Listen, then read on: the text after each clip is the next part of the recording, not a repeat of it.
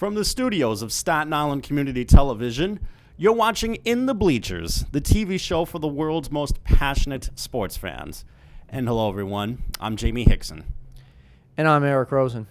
And we're very happy that you could join us tonight. And we've got, I like to call him a real good friend to the show, not just a special guest. He's been a real good friend to the show as a caller and as a guest.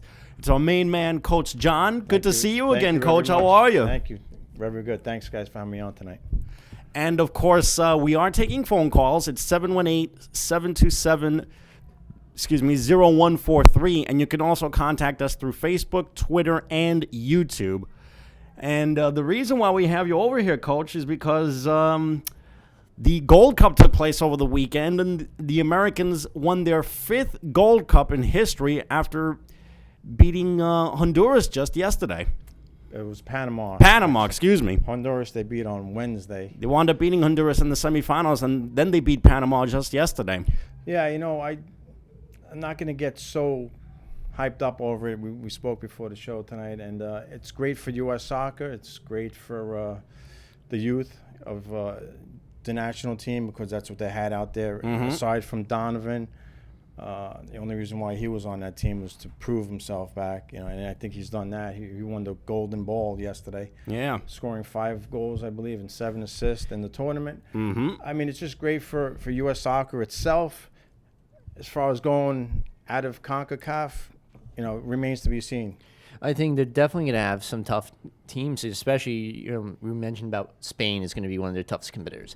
Brazil, because we're on the eve, a year from now will be the World Cup in Brazil, in Rio de Janeiro in Brazil, well, in the entire country. All over Brazil. And and they still have yet to build some of the stadiums. I heard recently ticket prices are going to go astronomically up to the point where it's ridiculous even for the championship game. Well, they just hosted the Pope this past weekend, and they were going nuts over that. So 2 million on Ipanema, or is it Copacabana Beach? The beach, Copacabana, right? Exactly. And so maybe they could play some beach soccer ball, you know, play on the beach. And yet they have discounted tickets. I heard for the people in Brazil, but at the same time, you know, I heard that it's not exactly on the up and up. Well, there was a lot of protesting going on in June, and when they played the Confederations Cup, there was a lot of fans protesting because of they put all the money into the stadiums, preparing it for the World Cup, and there's a lot of stuff going on. I would say for the poor, like the poor needed some infrastructure issues, right. Healthcare issues. Healthcare was number one, I believe. So hopefully the World Cup next summer we won't have any problems. You know, hopefully they'll do the right thing in Brazil. Speaking about the Brazil team, I think they're right back on top of the world as far as soccer goes. So this is why I say I'm not going to get crazy with this Gold Cup victory last night or yesterday afternoon. You know, it remains to be seen. The U.S. team has to go out with this next year and get some games, get some wins under their belt against quality countries. I would like to see them play England. Yeah. Or even France. Germany. England. Yeah. All these European countries set up some friendlies with them. Yep. You know. Unfortunately, the Americans have had major problems with the Euro and South American countries historically. I shudder to think what kind of group they're going to be placed in. If they get put in the group of death, all bets are off. I got to say, you know, from my thinking, I think the United States is going to be happy. They're just about qualifying. They're just about there. They need about another 3 points to get in. And now once they get in, I think just maybe getting through the group stage, they should be happy with that. Yep. If they get through the group stage, they'll be fine. Other than that, I mean, they're not going to make a run. Or, you know, they could have another upset. Remember in 2006, Ghana, you know, the team that beat them and all that? That was when they fielded one of their worst teams ever. 2006, and then they had a run. They made it to the Elite Eight. I believe that was in 2002. Yep, 2002. They wound up losing a heartbreaker to Germany in the quarters. And that was in Korea, if I'm not mistaken, right? So, I mean, those teams come far. They're just too far apart. I don't know what it is, why they can't get a solid team out on the pitch. Remains to be seen. Again, you know, the team we saw yesterday is not the team going to the World Cup. Oh, no. Definitely not. So, what does that tell you? It's what you would consider in football your practice squad. Pretty much, yeah. Your B team. Your B Right, team, right. because they never feel the A squad until the big games Right. or what matters comes Now, up. take Donovan out. Let's just play a little. Take him out of this tournament. I still think the U.S. could win the tournament even without Donovan in it. That's how weak the other teams are, in my mind. That's interesting. Yeah. So take Donovan off, and they'll still manage to do well. It will definitely be an interesting World Cup, to say the least, next year. And like I said, with the teams that the U.S. has yet to play, let's see how if they can even get past the group stage and then into the elimination portion. Mm-hmm. I would think that would be a plus for them, and that's what they're gonna. I mean, they should be happy with getting through the group stage. And I don't want to, just. They've got an 11-game winning streak, first time in their 100-year history. So let's not take away from that. They got a very well coach. He's Jurgen Klinsmann has really got this team ready to play. He's from Germany originally, and he's probably the only guy to have put Landon Donovan in his place, making him earn his spot onto the team. And so, yeah, he should have. He should have. I mean, the guy went on vacation right in the middle of a qualifying stage for the U.S. Told him he wasn't ready to play, so he should come back and try to. We know what Donovan has anyway. He won a cup with L.A. Last year, so. And the other countries, like I would definitely Messi. He's Argentina. That's another team. Schedule these friendlies with Argentinas. Spain, they've beaten Spain in a friendly game, but I didn't know if Spain really brought that A team.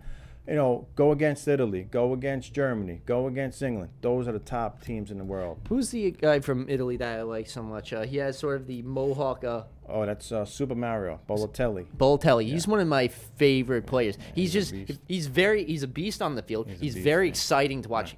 Yeah. Awesome personality. Yeah. He's got the full package. Rooney for the English, if he's still around. I believe he's got the mentality like it's him against the world type of mentality because of all the stuff and racist remarks he's heard, especially playing in England with Man City. So he's got that going on. But he's definitely calmed down playing for Italy now, the national team. We'll see. They're another dangerous club. Always. Come next year. Right, so. You got Serie A, some really outstanding. Well, as far as the U.S. team goes, again, it's the same old story. They're probably the best team in CONCACAF. They have a great coach now. Let's see. They need to take it to the next level. Man. Playing in Brazil is not going to be easy. No, definitely not. No way. And the Brazilian team proved it last month that they're back on top. Mm-hmm. They're back, and they're scoring. They're scoring goals offensively. Like they've always been known for their offense. If we can win the World Cup, I think we will actually get the respect of the community. Oh, man. If the U.S. can ever win that World Cup, boy. It would definitely be the biggest shocker of all time. I think this would rival 1980, the Miracle on Ice. Definitely. Pretty much, yeah. Definitely. If they could do that against Brazil in their home country, that would really give the sport so much credibility in this country. And on the other hand, can you imagine Brazil flopping on their home turf? I mean, they would shame the entire country if they were to come up short of winning the entire thing. And you would have millions of pissed off Brazilians to boot. Now, with a Brazil type of offensive, there's a lot of defensive teams. Italy, Germany, Spain, they all like to play the defensive mold, right? So they know how to shut down a team like Brazil. Mm-hmm. And they got a year to prepare for that now. So it's not something that's out of the ordinary. Brazil can be beat in the second stages. Well, it's going to be an interesting cup, to say the least. Can't wait for it.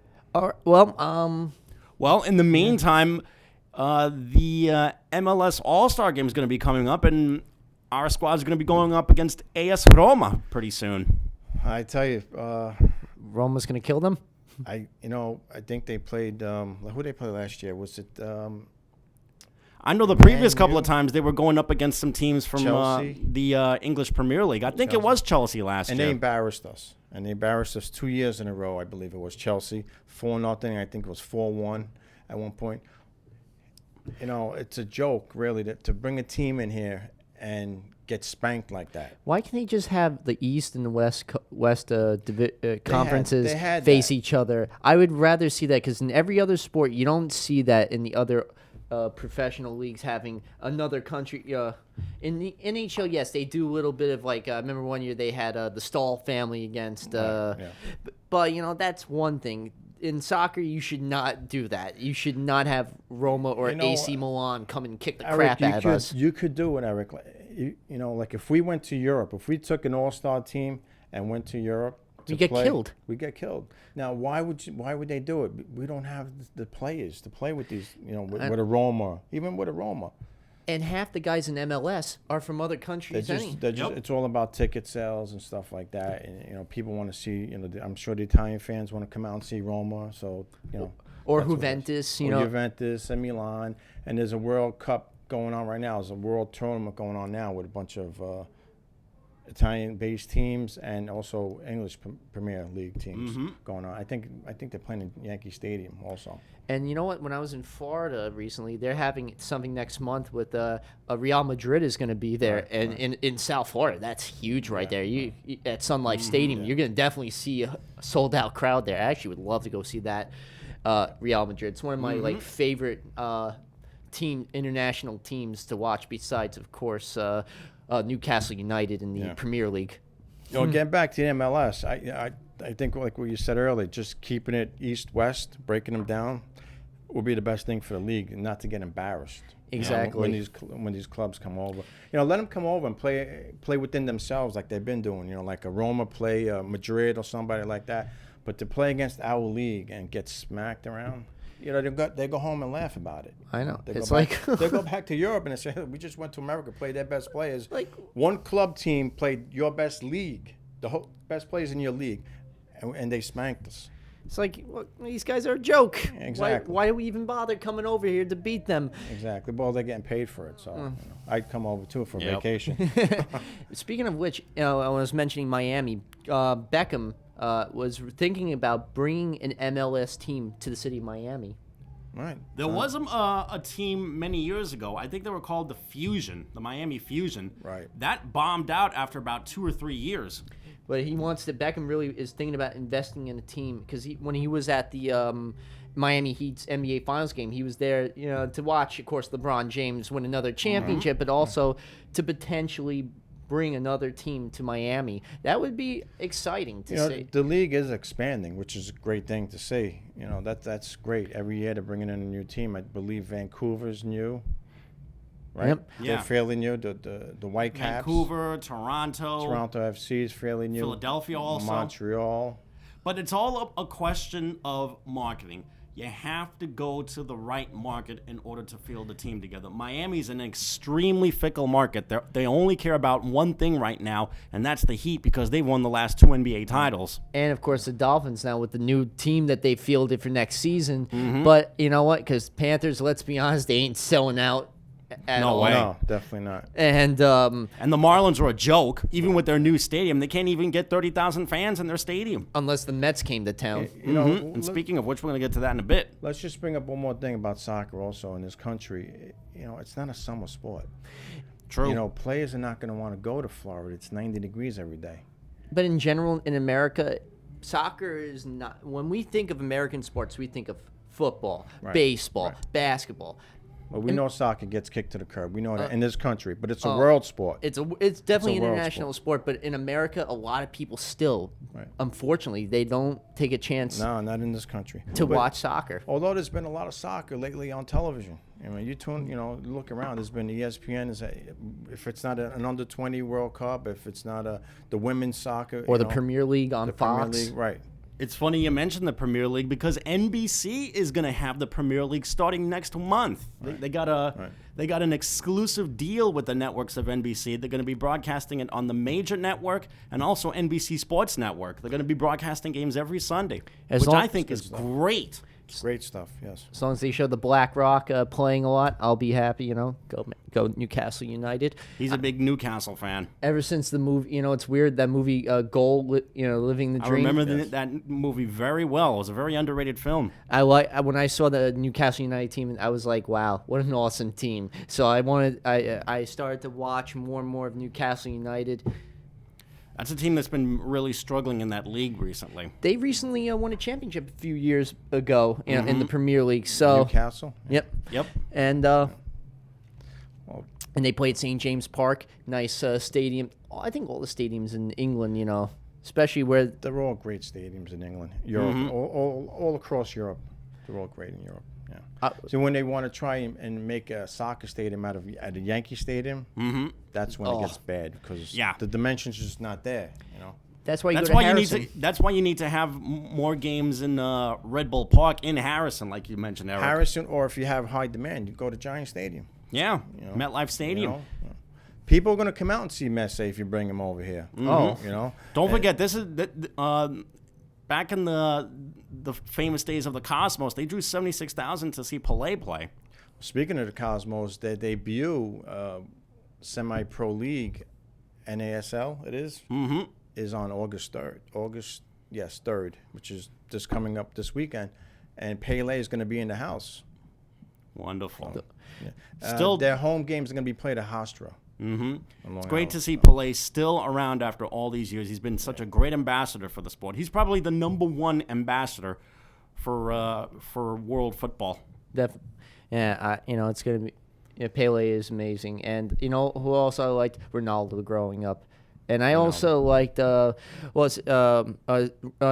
Zidane was Zidane, yeah. Zidane and the Frenchman. French, and of course Thierry Henry, one of my favorite. I'm a big Red Bulls fan. Love Thierry Henry, and I think he's still amazing. They won an exciting game on Saturday night. Yeah, it was 4-3, high scoring, which you don't see in Europe. Yeah, it's a little more scoring in the States here with the soccer, which is good. But again, it's not a summer sport. But you know what? I think we spent enough time on soccer. Oh, I don't definitely. want to bore your audience. I know soccer's the last sport in this country. So well, soccer's interesting, but yes, we definitely got to get to.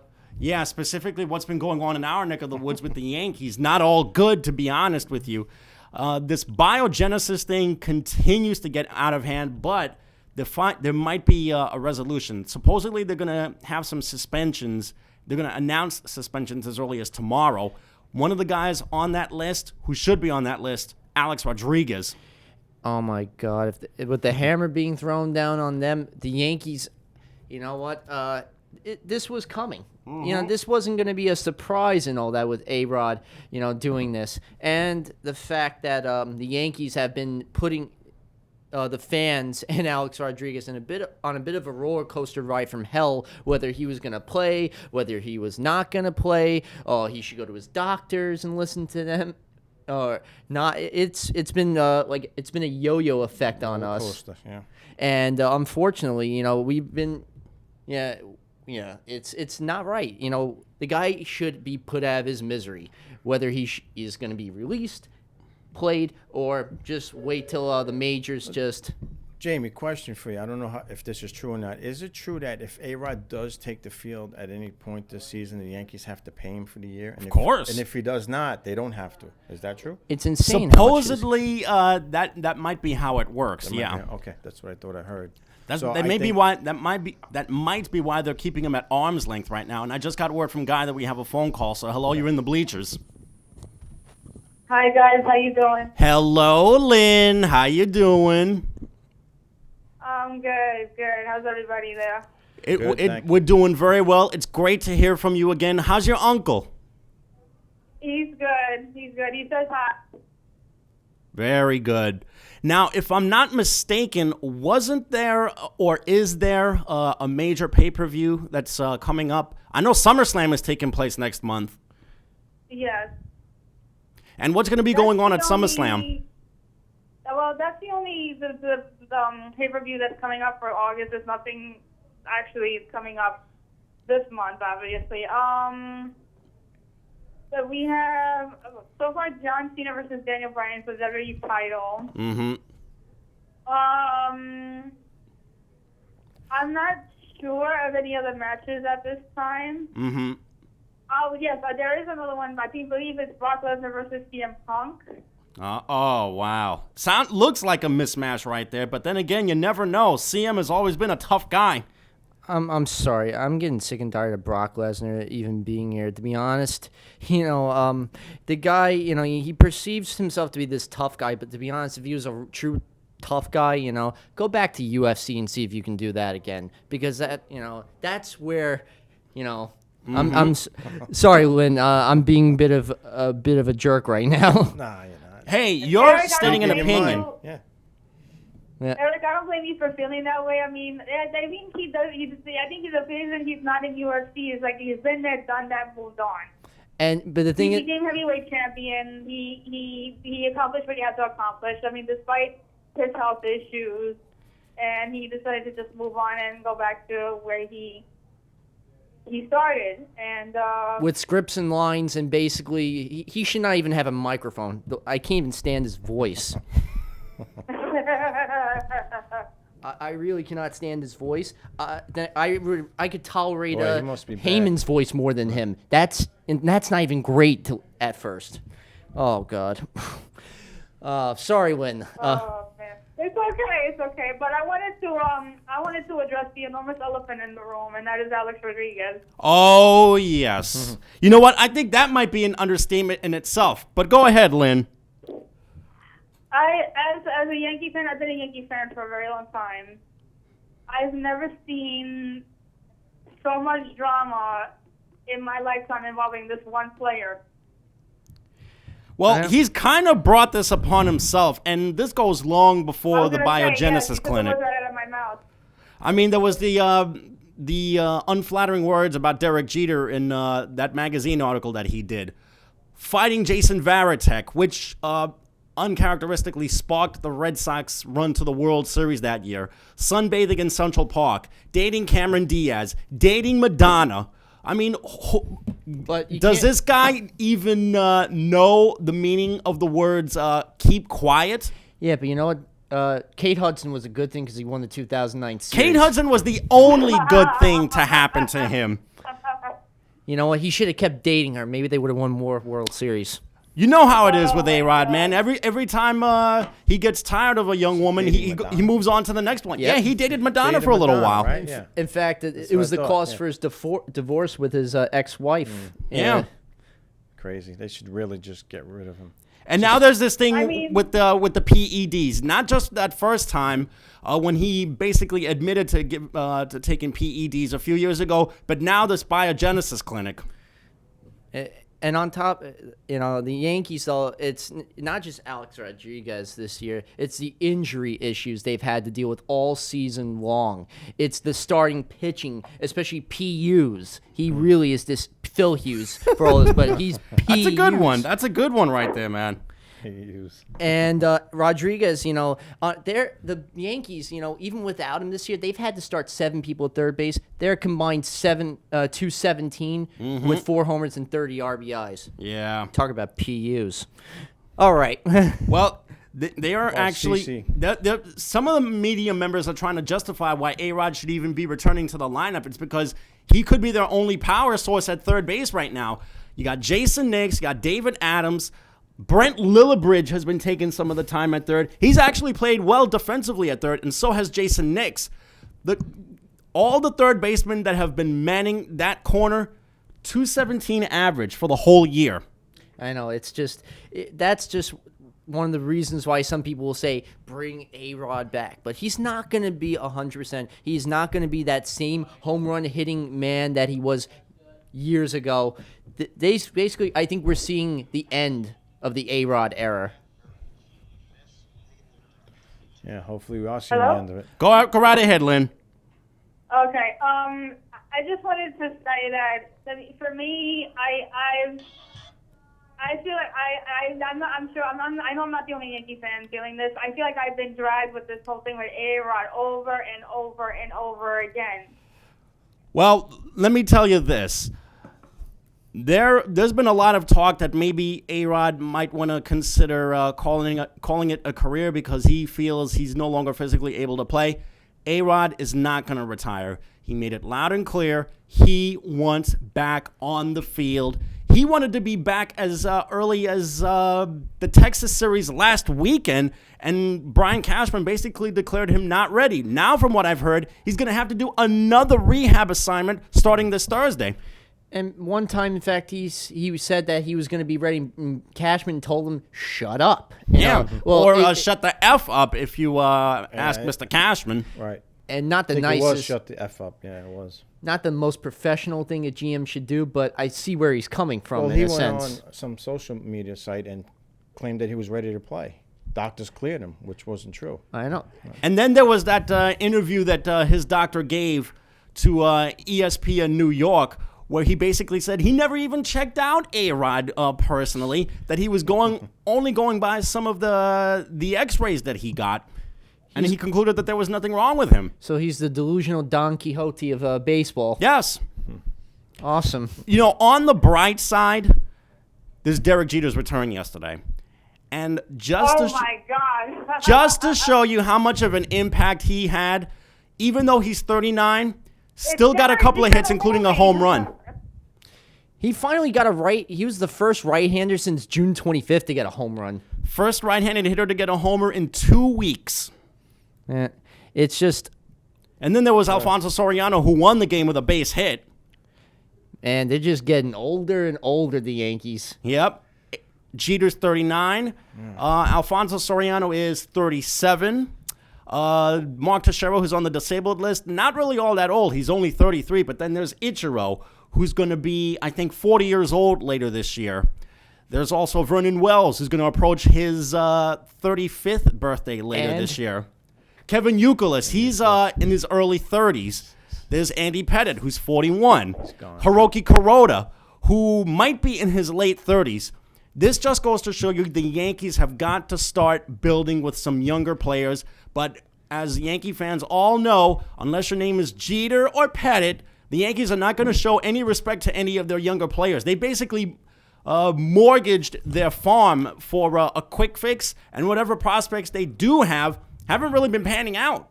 And what about Godzilla? They got that was a one-day retirement. That's another thing. Hideki Matsui was. I enjoyed that. I got to see that. I caught the tail end of it when he went to the table and officially signed his retirement papers and wound up getting a gift from Jeter. That was a really, really heartwarming ceremony, retirement ceremony that they had for Matsui yesterday. But what about Rivera? He's another old player, but he's actually playing like he's in his 20s. He's dominating. Should he retire or should he come back? He made it clear this is his last year, but the way he's been pitching this year, he could probably go another 2 or 3 years. He's got 30-something saves, right? Yeah, but with all... He's got 31 or 32 saves so far. He's coming back for another year. Would he have to give back everything all the teams gave him this year in the last Ride Tour? No, just hold on. He made it loud and clear he's not returning. Because he got one of the funniest gifts he ever got was a broken chair from the Minnesota Twins. Really? Yep. Did you hear what's going to be happening in San Diego? Trevor Hoffman, the greatest closer in National League history, is going to be part of a ceremony for Rivera over there. I'm not surprised. One great closer honoring another. They are two great closers. In fact, he broke Hoffman's record. Who played most of his career with San Diego, played a little with the Brewers, but. Man, Rivera is the greatest closer of all time. First ballot Hall of Famer. Rivera obliterated Hoffman's record. Yeah. And all this talk about whether he's going to be returning next year, even Dustin Pedroia is not convinced that this is his last year. He insists that Rivera's returning. Mariano Rivera wants to spend time with his wife and children. Not only that, but he's been thinking about going into the ministry. There's this restaurant that he has upstate. So he's got a lot of different things going on outside of baseball.